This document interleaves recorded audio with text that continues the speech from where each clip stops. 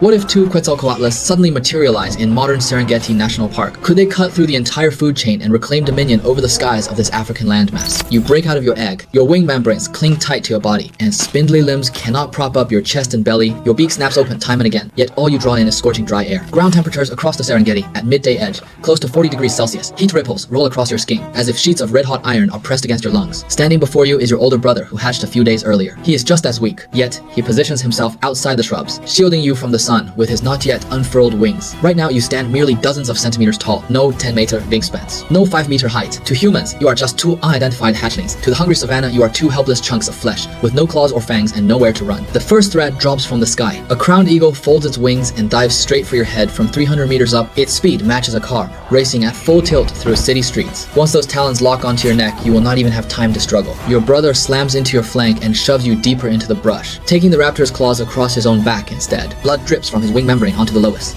Onto the lowest wing membrane, the metallic scent drifting rapidly outward. Jackals arrive first and is speak off, followed by 3 spotted hyenas. So Evanay, the bite force of an adult hyena, can crush long bones, is often drynut. Your incompletely ossified neck would snap like dried twigs between their jaws. Your brother blocks the burrow with his wounded frame, stabbing wildly at the nearest jackal with his elongated beak. You can only huddle behind him, watching jagged tears rip across those wings. Still incapable of flight, Taz White, Riptide Taz. Nightfall saves you both. Temperatures plummet and drive the hunters away temporarily. Yet, darkness nearly claims your life. You possess no feathers for insulation, and your wing membranes suffer injuries under the daytime heat. Your body heat slips away fast. Your brother presses you beneath his torso, blocking the wind with his chest and abdomen. All night long, his frame shakes relentlessly from cold, but he never shifts an inch. You survive for the first time, not because of your ancient prehistoric bloodline, but because your brother surrendered his own warmth to you. True despair arrives 3 days later, beside a waterhole. To sustain blood circulation and keep wing tissue flexible, the FT Prosen turns and as Prosen zelf. You must risk venturing out to drink the bank teems with wildebeest and zebra, while a nearly 5-meter Nile crocodile lurks underwater. That hundreds of kilogram body is equivalent to a passenger-laden compact car hiding right beneath your feet, and you cannot maintain a steady run. The water erupts without warning. The crocodile's jaws graze your hind limbs. The heavy thud as they snap shut sounds like 2 boulders crashing head-on. Your brother lunges forward and stabs his beak toward the crocodile's vulnerable eyes. The Nile croc whips its head instantly. Its tail sweeps across the bank and slams him into muddy water. You dig your limbs into the mud and drag your brother's wingtip backward. The crocodile abandons the chase, a young wildebeest on the shore presenting an easier target. This marks your first brutal survival paradox. 2 hatchlings leave far stronger scent trails that draw countless predators. Yet, if only one remained, you would never endure the frigid nights, nor escape a crocodile's jaws. You are each other's burden, and the sole reason the other stays alive. Months pass, and your ancient physiology finally reveals its true scale. Your wing bones stretch rapidly, chest muscles thicken, your forelimbs become powerful. Launch supports, factions become powerful. Quetzalcoatlus take flight much like 4-legged catapults. Both front and hind limbs push off simultaneously, using leg and chest explosive power to hurl their bodies skyward. Unlike birds that rely on running takeoffs, in that moment, you do not sprint like a bird, but surge upward like a giant spring compressed to its breaking point, released across the savannah.